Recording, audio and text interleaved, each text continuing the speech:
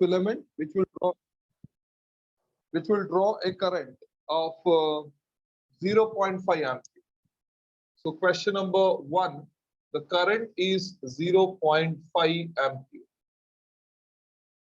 And this much of current, it flows for how much time, bacha? It flows for 10 minutes. So time, it's 10 minutes. So obviously, we take time in second. So it has to be converted in seconds. So this 10 into 1 minute. Obviously, it is going to be 60 seconds. So it is 600 seconds. So 10 minutes, it is 600 seconds. Now the question is, then the amount of electric charge that flows through the circuit is. So you have to find the electric charge. So I is equal to Q upon T. Therefore, Q is equal to IT. So you got I as well as T. You'll put the value of I to be. The value of I is 0.5 into 600. And you know that 0.5 is nothing but 1 by 2. So 600 ka half. So it means without any calculation, it is 300 coulomb. Without any calculation, you can say it is 300 coulomb. So 300 coulomb means it is option C. So it is option C. So the second question, obviously it is of same type. Instead of minute, the hour is taken the time is taken in hours. So we will solve question number 2. I is given to be 0.2 ampere. 0.2 ampere. Then we have the time at which it flows, it is going to be 5 hours. So again, hours, it has to be converted into second. So it is 5. 1 hour means it is 60 into 60 seconds.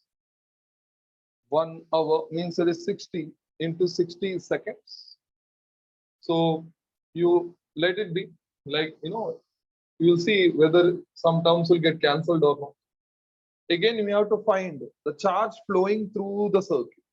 So I is equal to Q upon T. Therefore, Q is equal to IT. The same story. 0.5. So as I told, this is option C.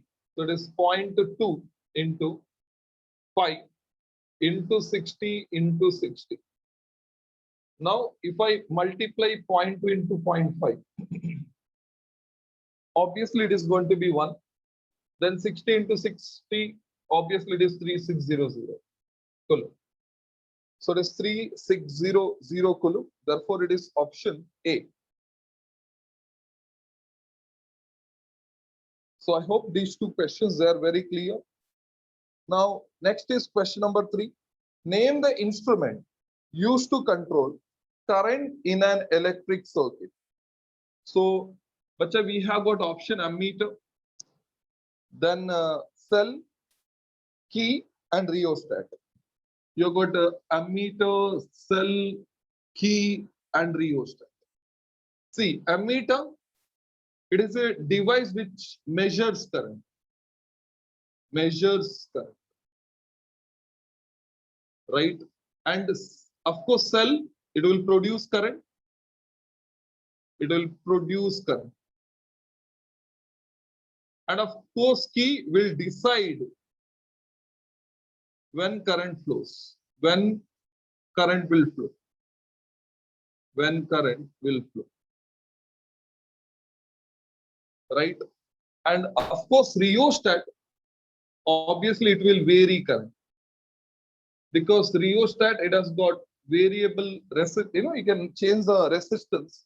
So if you change the resistance, definitely the current will change. Now the question is to control the current. So vary and control, it is the same. Control current. Right? Obviously it is rheostat. Therefore it is option D. Now we'll move towards question number 4. The direction of current is. So when it comes to direction of current, we all know current is always, it flows opposite to the direction of motion of electron. So if this is positive potential, this is negative potential. Current, it is always from positive to negative. And electrons, obviously, they will move from negative to positive. And the electric field, it is always from positive to negative. So in short, the direction of current and electric field, it will be same. Your direction of current, your direction of electric field is always opposite to the direction of motion of electron. So according to this, it should be option B, opposite to the direction of motion of electrons. So it is option B. Fine. Fifth one, electric charge is a dashed quantity. So charge, obviously it has got only magnitude. So we don't say 5 coulomb towards north or south, something like that. We always say the magnitude is 5 coulomb, right? So it is represented by a number and a unit, no direction. So there will be a scalar quantity. And at last, SI unit for current is. So when it comes to current, you got a formula, it's Q upon T. So first it can be coulomb per second, 1 unit. Coulomb per second, it is also ampere. So we have got 2 units. One is coulomb per second, another is ampere. So both answer should be both A and B. Both A and B. It means it will be option D. Option D. And charge is a scalar. So it is option A. So this is B, this is A, and this last one is D. Sir, Is it clear, Bacha? sir, I'm unable to get from where you are taking these questions. Acha, see, I have given this question. This is MC after the lecture. We will be sending 5-6 questions, right? Yes, sir.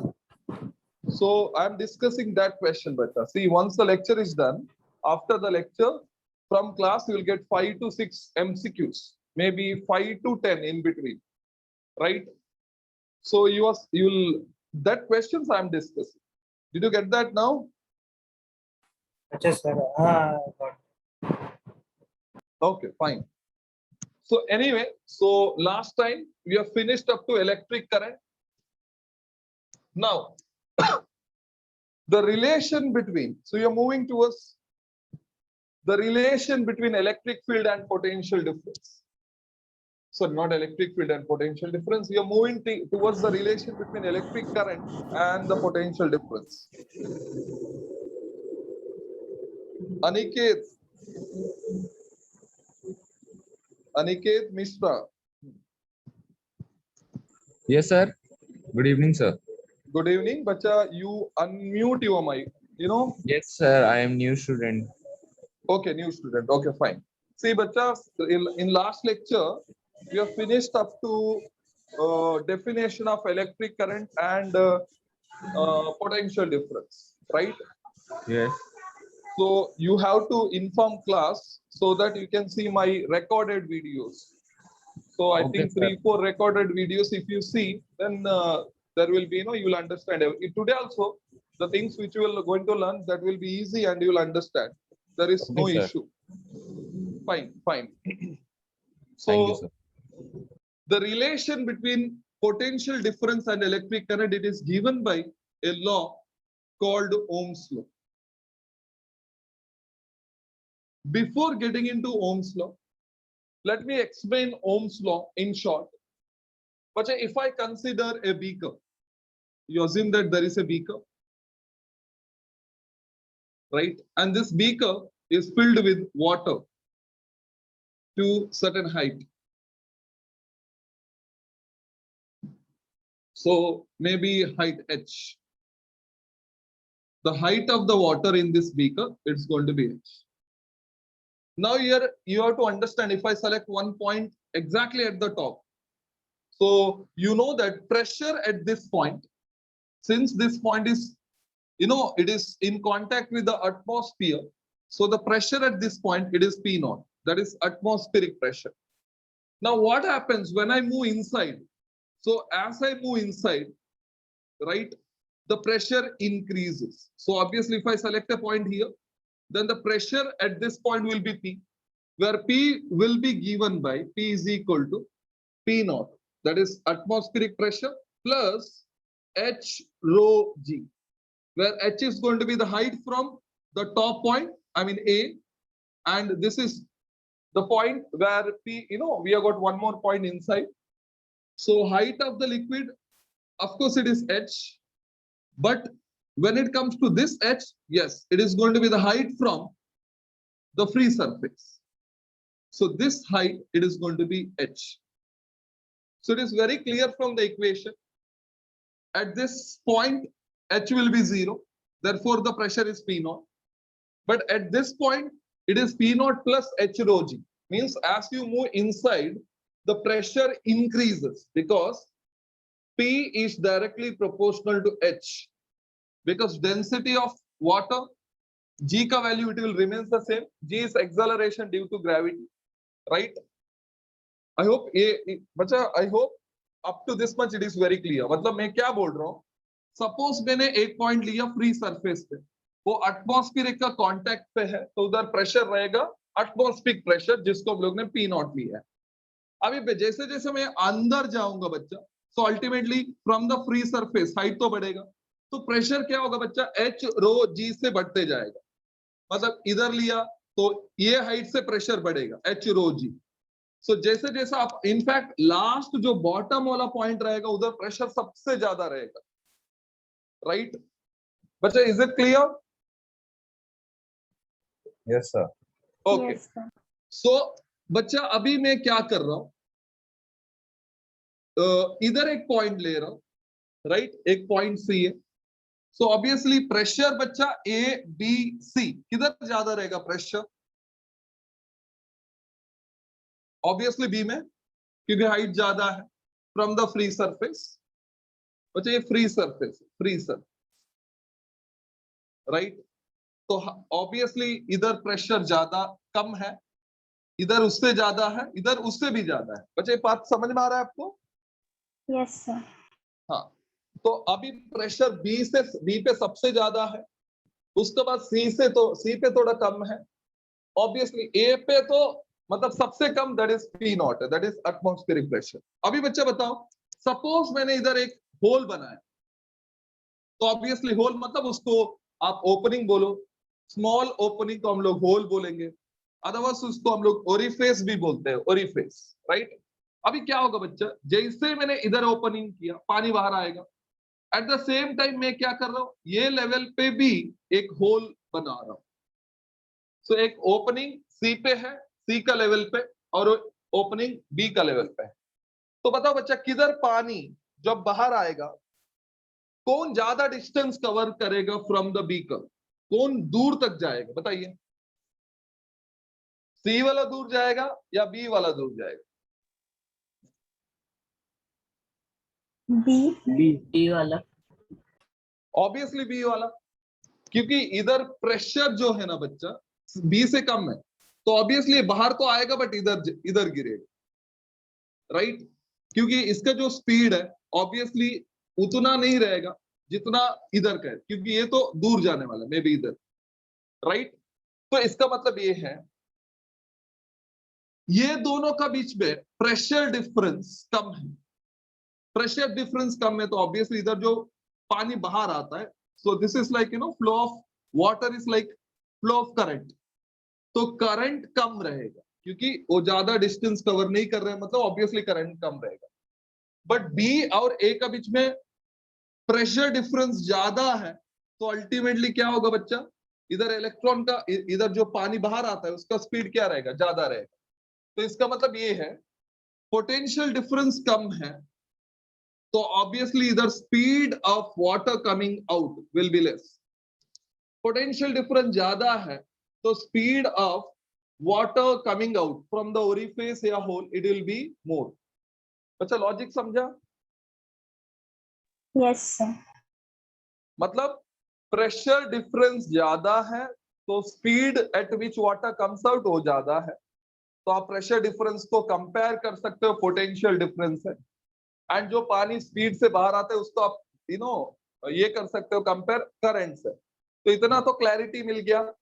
Potential difference ज्यादा है तो current ज्यादा है, potential difference कम है तो current कम है। बच्चा इतना समझ में आया? बच्चा इतना समझ में आया? Yes sir. ओके अभी मैं बात कर रहा हूं बच्चा, same thing, everything is same, सब कुछ सेम है। काली बीकर में जो है ना बच्चा, पहले तो पानी था, अभी हम लोग ने ऑयल प्लेस किया, ऑयल, राइट? तो ऑयल प्लेस किया हम लोग ने, तो इधर ऑब्वियसली प्रेशर पी नॉट ही होगा। अभी मैं एक पॉइंट इधर लिया, दैट इज ए है और ये सी है और ये चलो बी है, सेम हाइट पे है, जैसा इधर है वैसा ही। बट इतना ही है कि इधर पानी है, we have got water and here you have got oil. Oil ले लो या मर्क्यूरी ले लो, जो डेंस है। अभी मैंने इधर एक ओपनिंग बनाया, इधर एक, अभी इधर एक। तो बताओ बच्चा प्रेशर डिफरेंस किधर ज्यादा है? ऑब्वियसली बी पे जा, बी और ए पे प्रेशर डिफरेंस ज्यादा है। तो अल्टीमेटली ये ज्यादा डिस्टेंस कवर करेगा और ये कम कवर करेगा। बच्चा मानते हो? मतलब जो इधर दिख रहा है वही इधर दिख रहा है, राइट? Yes sir. अभी बताओ बच्चा दोनों में सेम डिस्टेंस कवर होगा क्या? मतलब इधर जितना डिस्टेंस इधर कवर हुआ है वही डिस्टेंस इधर होगा, या जो डिस्टेंस इधर कवर हुआ है वही डिस्टेंस इधर होगा, या अलग होगा? अलग। ऑब्वियसली अलग होगा। इसका मतलब current, I mean speed at which liquid will come out, it depends on liquid also. मतलब कंडक्टर में जो करंट पास होता है वो पोटेंशियल डिफरेंस को ऊपर नहीं, जो कंडक्टर आपने यूज किया है उसको ऊपर भी डिपेंड करता है। एंड वो डिपेंडेंस को ही हम लोग बोलते हैं रेसिस्टेंस। मतलब पानी में रेसिस्टेंस कम है, इसके लिए स्पीड ज्यादा है। ऑयल में रेसिस्टेंस ज्यादा है तो इसके लिए स्पीड कम है। अच्छा, आपको I hope potential difference, current और रेसिस्टेंस का मालूम ये एग्जांपल से पता चला होगा, यस और नो?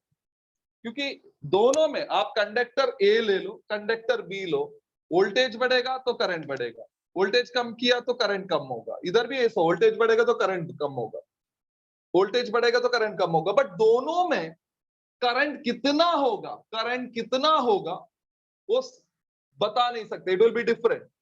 इसके लिए डिफरेंट होगा कि दोनों मटेरियल का जो इंटरनल प्रॉपर्टी है वो भी डिसाइड करेगा करंट कितना होगा।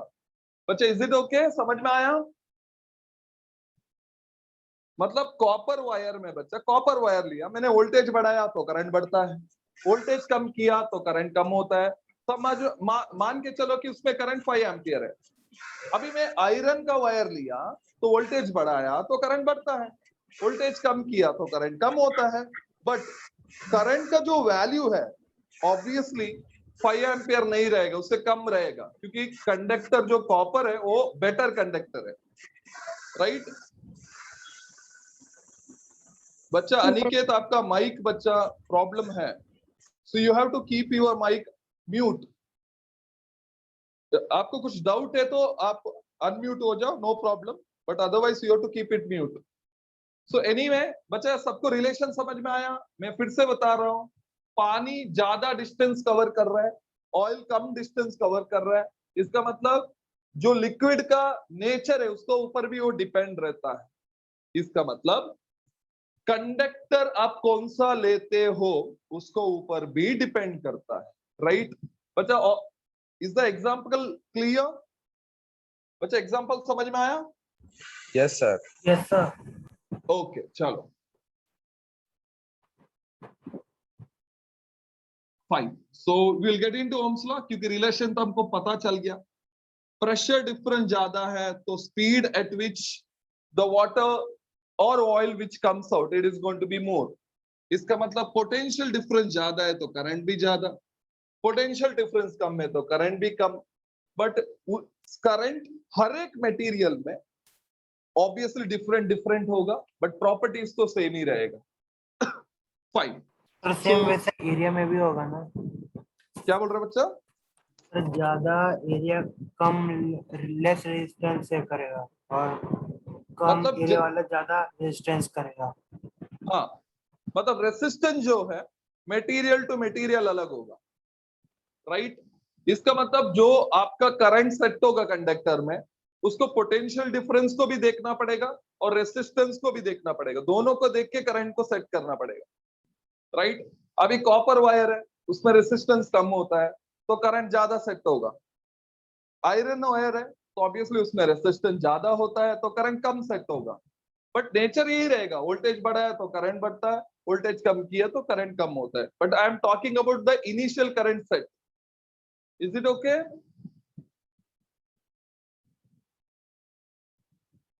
But is it okay? Everybody following? Yes sir. Yes, sir. Okay. So according to Ohm's law, the answer सुनो बच्चा, as long as physical state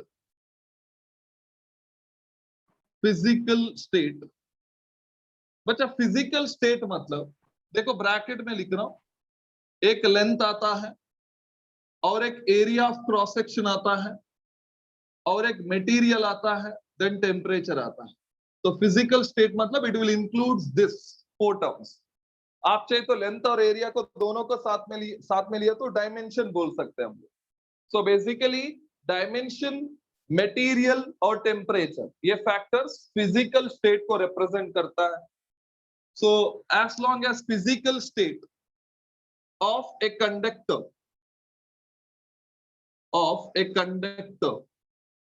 remains constant, then current flowing through the conductor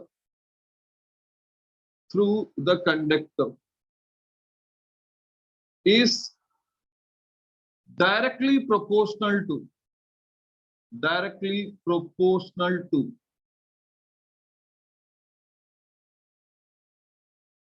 potential difference। obviously मैं P dot D लिख रहा हूं, directly proportional to potential difference applied across the conductor बोल सकते हैं, नहीं तो across it भी बोल दिया तो चलेगा, across the conductor,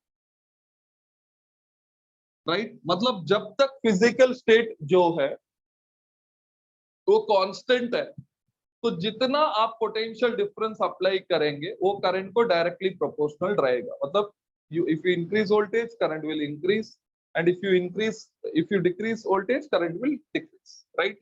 अब इसका इक्वेशन बनाना है तो अज्यूम करेंगे, लेट V जो है be the potential difference applied and I be the current flowing through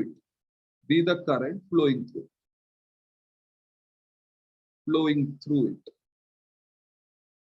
तो ऑब्वियसली ओम्स लॉ का हिसाब से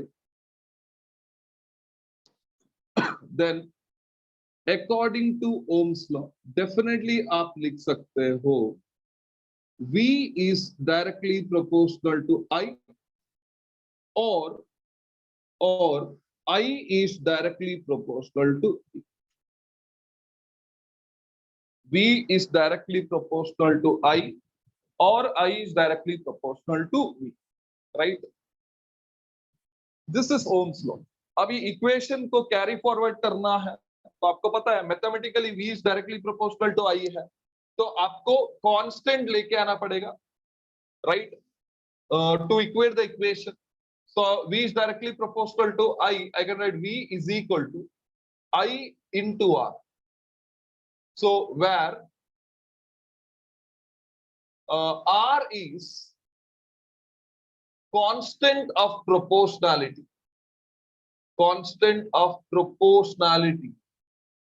mathematically, maths के हिसाब से ये तो constant of proportionality होगा, but and with respect to, बच्चे ये जो लिखा है मैंने with respect to लिखा है, conductor right, with respect to conductor बोलो या विद रेस्पेक्ट बोलो या विद रेस्पेक्ट टू वायर बोलो, with respect to conductor it is called resistance. उसको हम लोग रेसिस्टेंस बोलते हैं। मतलब जो करंट सेट होगा वो पोटेंशियल डिफरेंस के ऊपर भी डिपेंड रहेगा, as well as it depends on what, resistance, right. अभी कोई बोल सकता है कि sir I is directly proportional to V लेके, तो आप I is equal to VR भी ले सकते हैं ना बच्चे। देखो ये क्यों नहीं ले सकते हैं, इसका रीजन ये है बच्चे, V जो है ना, V वो चेंज नहीं होता है, वो बाहर से आप अप्लाई करते हैं।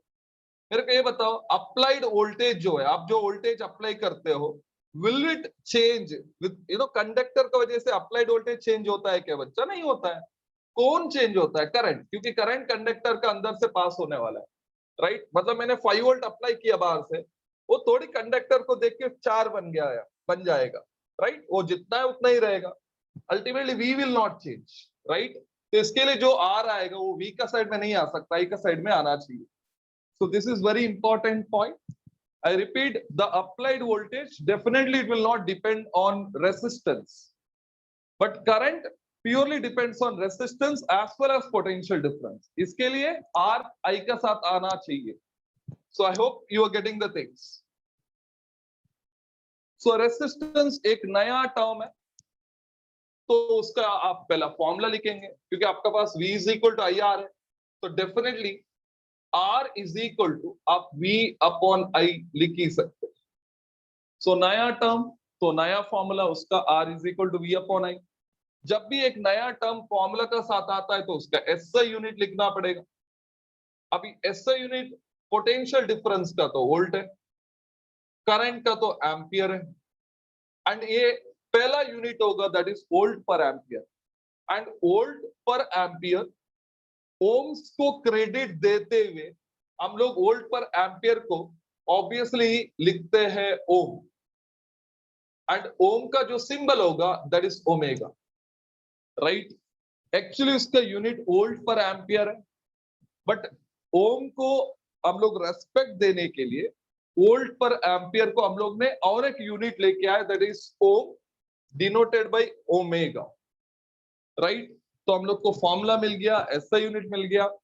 अभी सपोज मेरे को 1 ओम को डिफाइन करना है, तो ऑब्वियसली R का बदले में मैं 1 ओम लिखूंगा, दैट इज इक्वल टू, अभी ये एक साइड 1 है तो इधर भी रेशियो 1 ही चाहिए, तो इधर इन केस मैंने 1 वोल्ट किया, ऑब्वियसली ये होगा 1 ampere.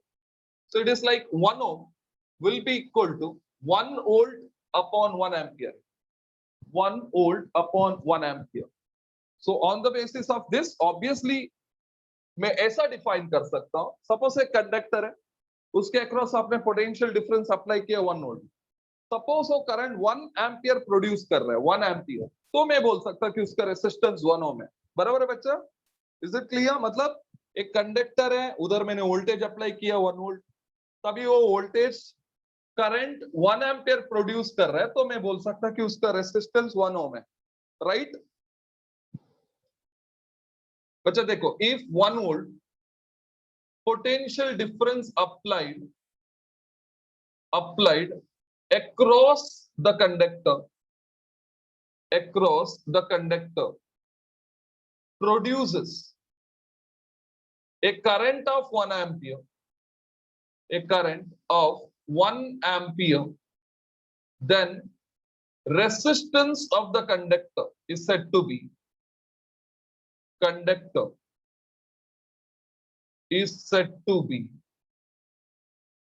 1 ohm, right? 1 ohm, 1 ampere, 1 ohm. बच्चा इज इट क्लियर? डेफिनेशन समझ में आया बच्चा? Yes sir. Yes. अभी ऑब्वियसली कोई पूछ सकता है सर आपने 1 वोल्ट क्यों लिया? सो ऑब्वियसली आप 1 वोल्ट लेना जरूरी नहीं है बच्चा, आप चाहिए तो 2 वोल्ट ले लो, बट इतना ही फर्क है, आप 2 वोल्ट लिया तो आपको करंट 2 एम्पियर लेना पड़ेगा, राइट। मींस इधर में सपोज इक्वल टू 2 वोल्ट लिखा तो अपॉन 2 एम्पियर लिखना पड़ेगा, क्योंकि 2 अपॉन 2 1 आना चाहिए इधर। 3 वोल्ट लिया तो 3 एम्पियर आना चाहिए। मतलब डेफिनेशन होगा, if 2 volt potential difference is applied across the conductor produces a current of 2 ampere, then the resistance of the conductor is said to be 1 ohm. इसका मतलब वोल्टेज बढ़ा है तो करंट बढ़ता है, बट रेसिस्टेंस जो है वो तो सेम रहेगा, क्योंकि वो मटेरियल का प्रॉपर्टी है। क्योंकि मैंने वो एक्सपेरिमेंट में दिखाया, तो आप वोल्टेज जो भी बढ़ाओ तो ऑब्वियसली करंट तो बढ़ता ही है, राइट। बट आप अंदर का जो ऑपोजिशन है उसका वैल्यू चेंज नहीं कर सकते, वो जितना है उतना ही रहेगा, राइट। पहला 1 ओम था, जितना भी वोल्टेज अप्लाई करो, कितना भी करंट फ्लो होने दो, उसका रेसिस्टेंस 1 ओम ही रहेगा। I hope it is clear. Is it clear बच्चा, everybody, new Yes. Students? Yes, sir. Okay बच्चा, कंप्लीट दिस, इसको कंप्लीट करो।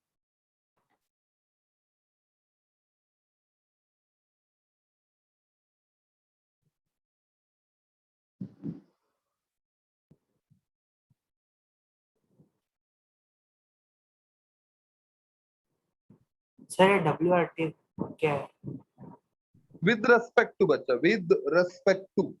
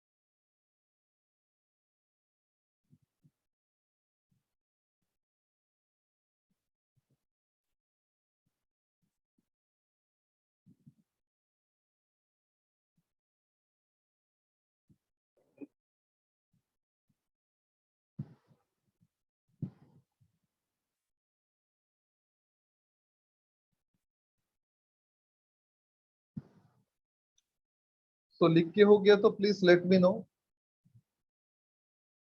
ओके। हो गया सर। हो गया, ओके, सबको हो गया, राइट।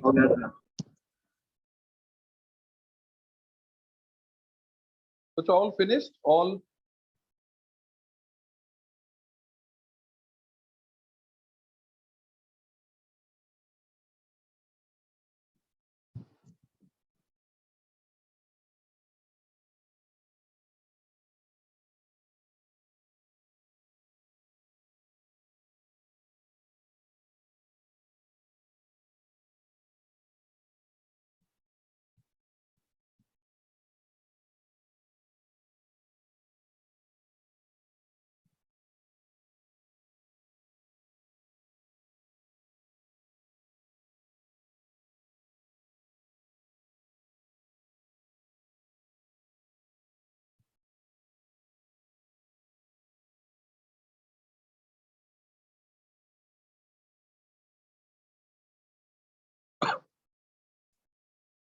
Fine then. सो मैं बच्चा रब कर रहा हूँ, I hope it's done. So Yes. अभी इतना तो हम लोग को समझ में आ गया कि रेसिस्टेंस जो है पोटेंशियल डिफरेंस और करंट के ऊपर डिपेंड नहीं करता, राइट? क्योंकि पोटेंशियल डिफरेंस से तो वो तो आप अप्लाई करने वाले तो आपके ऊपर डिपेंड रहेगा, बट जो रेसिस्टेंस है वो आपके ऊपर भी डिपेंड नहीं रहता, वो it depends on conductor, right? मतलब फिजिकल स्टेट के ऊपर डिपेंड रहेगा। तो बच्चा voltage it depends on you, right? Resistance of course it depends on conductor. I would say physical state. But current जो है it depends on V मतलब U, and it depends on R. So sorry, yes, R. मतलब it depends on U as well as the conductor. U it is because you are going to apply the potential difference, right? तो इस पे हम लोग क्या करेंगे, Ohm's law को graph से रिप्रेजेंट करेंगे, राइट? सो ग्राफिकल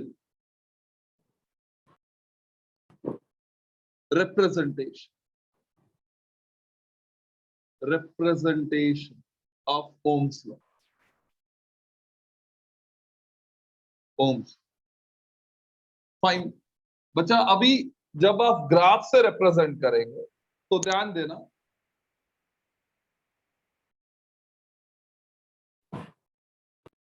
तो आप यूजुअली क्या होगा बच्चा, ग्राफ में बात क्या आता है, y एक्सिस और x एक्सिस ऐसा कुछ आता है। So usually suppose y is equal to 2x² है, तो आप x का वैल्यू लेते हैं तो आपको y का वैल्यू मिलता है, राइट? ये लॉजिक के हिसाब से तो आप लोग पोटेंशियल डिफरेंस अप्लाई करेंगे तो करंट आता है, राइट? तो x एक्सिस में हम लोग वोल्टेज लेंगे, y एक्सिस में हम लोग करंट लेंगे, राइट? और ऐसा ही लेना है, ऐसा कुछ कंपलसरी नहीं है, याद रखना, दिस इज नॉट कंपलसरी। आप चाहे तो उल्टा भी कर सकते हैं, बट इसका रेफरेंस से मैं ग्राफ बना रहा हूं, ठीक है? तो हम लोग वोल्टेज को x एक्सिस में लेंगे एंड करंट को ऑब्वियसली y एक्सिस पे लेंगे। So you are going to have voltage along x axis and current along y axis. बच्चा is it clear up to this much? इतना समझ में आया? मतलब यही सा लेना है, वो भी कंपलसरी नहीं है, आप उल्टा ले सकते हो, वो आपको मैं नोट में बता दूंगा उल्टा लिया तो क्या होगा, ठीक है? अभी मान लो रेसिस्टेंस जो है कंडक्टर का 1 ओम है, 1 ओम, तो ऑब्वियसली 1 ओम तो हमेशा फिक्स्ड रहेगा क्योंकि मटेरियल तो वही है, तो उसका रेसिस्टेंस 1 ओम है। तो जब मैं 1 वोल्ट अप्लाई करेगा 1 एम्पियर मिलेगा, 2 वोल्ट अप्लाई करेगा तो 2 एम्पियर मिलेगा, 3 वोल्ट अप्लाई किया तो 3 एम्पियर मिलेगा, एंड ऑब्वियसली 0 वोल्ट अप्लाई किया तो 0 एम्पियर मिलेगा। तो इसका मतलब ग्राफ तो ओरिजिन से पास होगा, नंबर 1। जैसा वोल्टेज बढ़ता है तो करंट भी बढ़ रहा है, तो इसका मतलब ग्राफ हमको स्ट्रेट लाइन आएगा। बच्चा मानते हो? Yes, sir. मतलब जरूरी नहीं है कि स्ट्रेट लाइन ऐसा ही होना चाहिए, बट स्ट्रेट लाइन बच्चा देखो स्लैंट भी हो सकता है ना, ऐसा भी हो सकता है, ऐसा भी हो सकता है, बट ऑफ कोर्स आएगा आपको straight line, that you to understand. 101% आपको स्ट्रेट लाइन ही आएगा, मतलब ऐसा आएगा या ऐसा आएगा, ऐसा आएगा, कैसा भी आ सकता है, बट आएगा straight line. Is it clear बच्चा?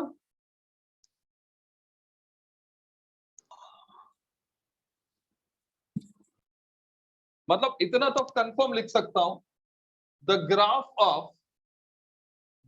Of current against potential difference is linear in nature.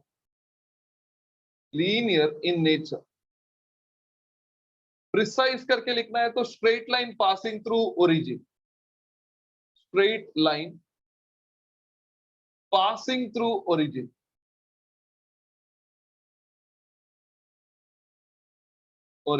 Straight line होगा और ओरिजिन से पास होगा। बच्चा क्लियर है? इधर तक क्लियर है? Yes. ओके फाइन, मतलब ठीक है बच्चा, ध्यान से सुनो। अभी स्ट्रेट लाइन है तो हम लोग स्ट्रेट लाइन को y is equal to mx plus C mathematically represent करते हैं। डोंट यू थिंक ये इक्वेशन आपने देखा है, y is equal to mx plus C, ये स्ट्रेट लाइन का इक्वेशन है। अच्छा देखा है? बच्चा आपने देखा है?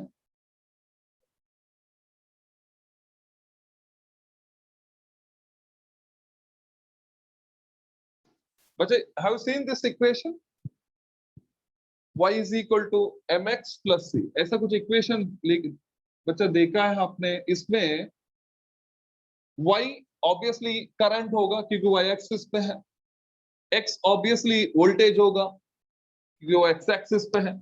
ये जो m है ना बच्चे, इसको हम लोग स्लोप बोलते हैं, स्लोप। एंड ये जो c है इसको हम लोग y इंटरसेप्ट बोलते हैं। मतलब फॉर एग्जांपल सपोज आपका ये जो लाइन ओरिजिन से पास हुआ, मतलब y एक्सिस को वो किधर कट करता है बच्चा? ओरिजिन पे, मतलब जीरो पे कट करता है, तो c का वैल्यू जीरो होगा। सो सपोज ये 1 है, ये 2 है और ये 3, तो एक लाइन ऐसा पास हुआ ऐसा, तो अभी ये लाइन y एक्सिस को किधर कट करता है? ऑब्वियसली 2 पे, तो c का वैल्यू 2 होगा। सपोज ग्राफ ऐसा गया, तो ये -1 है, -2 है, तो ऑब्वियसली y एक्सिस को ये कट करता है इधर, तो c का वैल्यू -2 होगा। बच्चा बराबर है? Yes, sir. तो बताओ Yes, sir. ये जो ग्राफ में c का वैल्यू क्या होगा?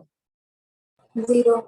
ऑब्वियसली 0, मतलब ओरिजिन से पास हो रहा है, तो c का वैल्यू क्या होगा बच्चा? 0। So will say passing through origin, through origin. तो बता क्या बच जाएगा? बचेगा क्या? c 0 है तो क्या बचेगा? y is equal to mx बचेगा, बराबर है? Yes, sir. तो मेरे को स्लोप चाहिए, तो डोंट यू थिंक x उधर गया, तो slope of this equation which will be m, obviously it is y upon x हो जाएगा। मतलब ये जो ग्राफ का स्लोप होगा y अपॉन x। बच्चा क्लियर? Yes. ठीक है, अभी y एक्सिस में करंट है, तो ऑब्वियसली हम लोग y का बदले में I लिखेंगे, y का बदले में I लिखेंगे। एंड x एक्सिस पे वोल्टेज है, तो x का बदले में v लिखेंगे, राइट? सो इसका मतलब आपको स्लोप का वैल्यू मिल गया ऑब्वियसली I अपॉन, तो उसका पहला अच्छा मैं क्या कर सकते हैं, ऐसा लिखता हूं, चलो थोड़ा ये साइड में लिखता हूं, स्लोप देन ब्रैकेट में m which is y upon x है, इसको I अपॉन v लिखते हैं। बच्चा बराबर है? इधर इधर तक समझ में आया? Yes, sir. अभी देखो, Yes, sir. हमको पता है रेसिस्टेंस जो है ना v अपॉन I होता है, राइट? तो इधर तो I अपॉन v है, तो ऑब्वियस है I अपॉन v लिखा, don't you think this will be 1 upon r हो जाएगा बच्चा? हाँ. तो Yes. इसका मतलब इसको मैं 1 अपॉन r लिख सकता हूं। क्या लिख सकता हूं? 1 अपॉन r, बराबर है? Yes, sir. मतलब आपका formula slope I upon v भी हो सकता है, ऑब्वियसली स्लोप 1 अपॉन r भी हो सकता है, राइट? तो इसके हिसाब से आपका r का वैल्यू, और एक बात, स्लोप का वैल्यू और एक है, स्लोप और एक कैसा निकालेंगे देखते। सपोज मैंने ये जो आपका लाइन है इसको मैंने ज्वाइन कर लिया ऐसा, देखो ऐसा, इधर एक लाइन बनाया मैंने, perpendicular line to the x axis है, तो ये एंगल 90 डिग्री, ठीक है?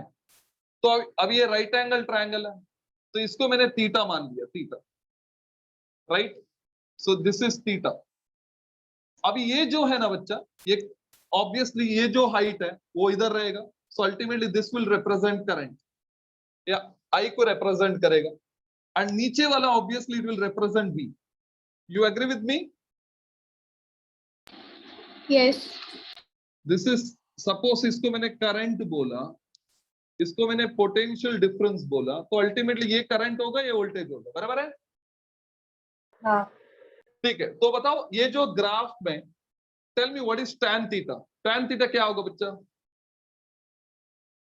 tan थीटा पता है ना? Opposite upon adjacent, tan theta. Opposite कौन है बच्चे I इसका? है। ऑब्वियसली I है या y है, एंड एडजेसेंट तो x है, तो y अपॉन x, मतलब obviously this will be I upon v, yes और नो? Yes. मतलब आपका tan थीटा भी क्या है बच्चा? स्लोप ही है। I hope you getting. हाँ.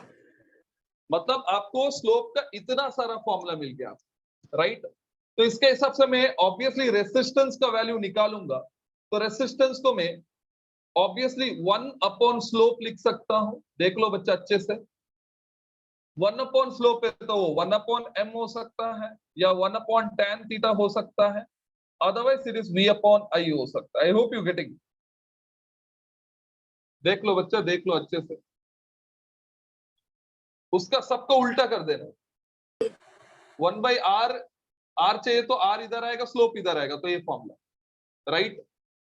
तो Yes, one sir. By slope को 1/m लिखो, राइट। अब ये tan थीटा है, तो tan थीटा इज 1/r है, तो r is equal to 1/tan theta होगा, एंड 1 अपॉन स्लोप है तो उल्टा हो जाएगा, that is v/i। Is it okay? Yes, sir. Fine बच्चा, कंप्लीट करो इसको। मतलब सपोज ग्राफिकली क्वेश्चन आया तो रेसिस्टेंस पूछा, तो आपको थीटा दिया है तो 1/tan थीटा आपको रेसिस्टेंस मिलेगा। आई hope it is clear. Yes, sir. Okay, complete करो बच्चे इसको।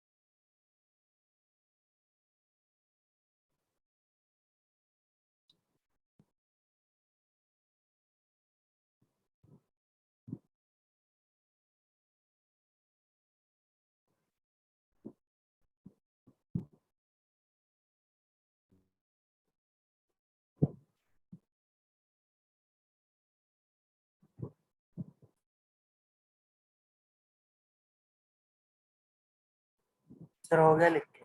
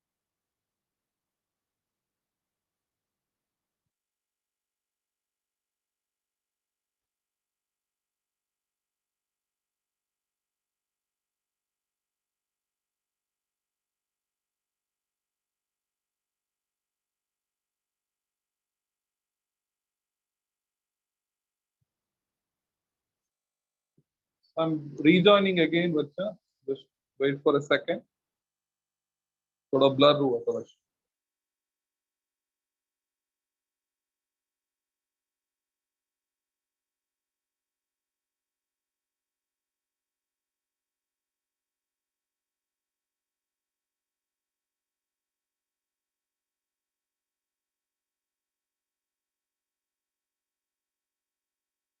फाइन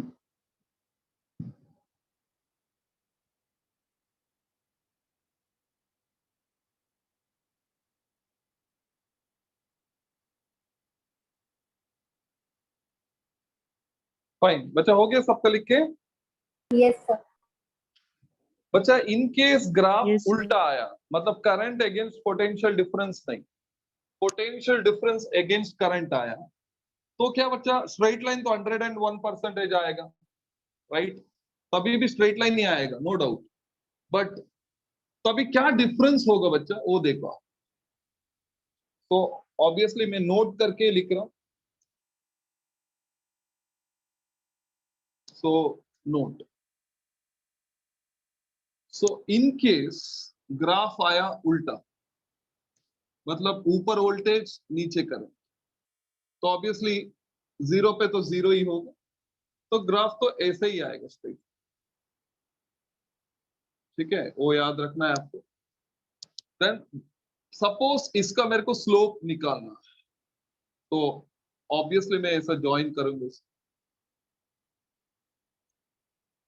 तो ये थीटा लिया, तो ये हमारा this is current and this is P dot D, that is potential difference. तो हमारा ये V होगा, ये I होगा। तो अभी क्या फर्क गिरेगा बच्चे, देखो स्लोप जो है इधर, obviously that is m that is equal to y upon x, ये तो स्टैंडर्ड इक्वेशन ओरिजिन से जो पास हो रहा है।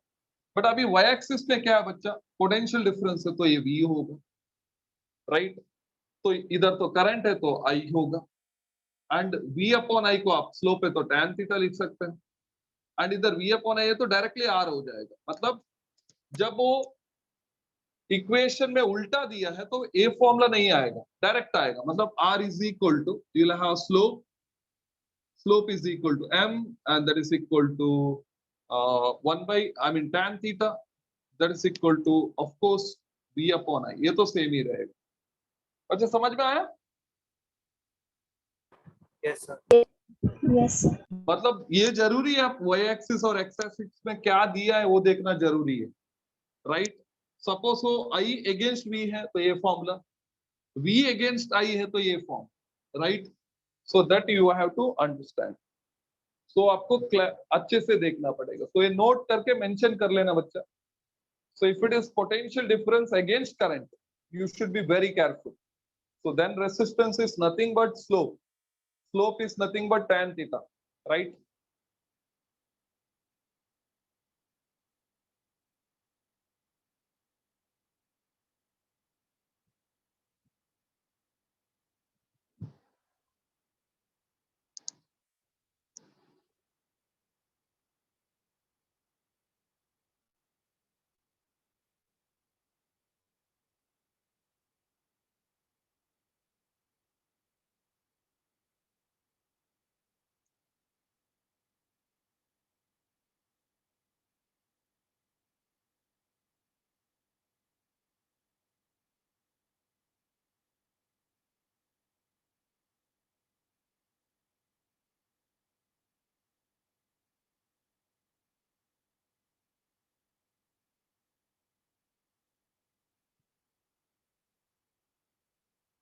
अच्छा हो गया लिख के? Yes, sir. Yes, sir. हाँ बच्चा, इधर देखो, एक ग्राफ है जो वोल्टेज अगेंस्ट करंट है। सपोज मैंने कंडक्टर लिया दो, एक कंडक्टर ए और एक कंडक्टर बी, दोनों के लिए मैंने करंट वोल्टेज चेंज किया तो करंट भी चेंज होगा, तो मैंने उनके दोनों के लिए ग्राफ बनाया, तो ग्राफ मेरे को ऐसा आ रहा है। तो बता सकते हो किसका रेसिस्टेंस ज्यादा है, ए का कि बी का?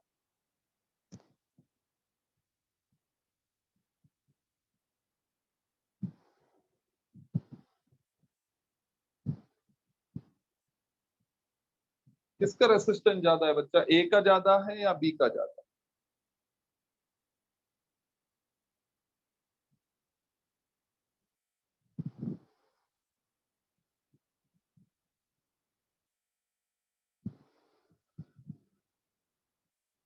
जल्दी बताओ बच्चा, ये तो इजी क्वेश्चन है।